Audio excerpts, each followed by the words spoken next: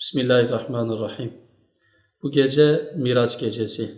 Peygamber Efendimiz Aleyhisselatü Vesselam'ın Mescid-i Haram'dan Mescid-i Aksa'ya, oradan da Yüce Rabbimizin huzuruna yükseldiği bir gece. Bu gece vesilesiyle başta Antalyalı hemşehrilerimiz olmak üzere tüm İslam aleminin kandilini, Miraç gecesini tebrik ediyorum. Miraç gecesinin Gazze'de devam eden soykırımın bir an evvel sona ermesine, ümmetin birlik ve beraberliğine, yeryüzünde var olan sorunların sona ermesine vesile olmasını temenni ediyorum.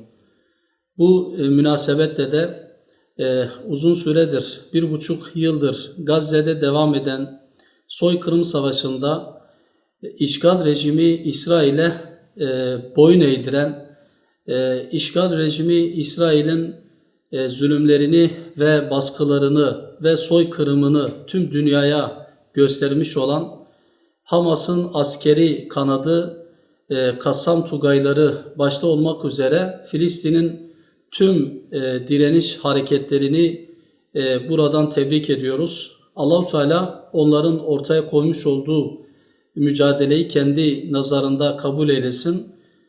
Onlar gerçek anlamda büyük zaferi elde eden hareketler olacaklar inşallah. Çünkü biliyoruz zafer inananlarındır.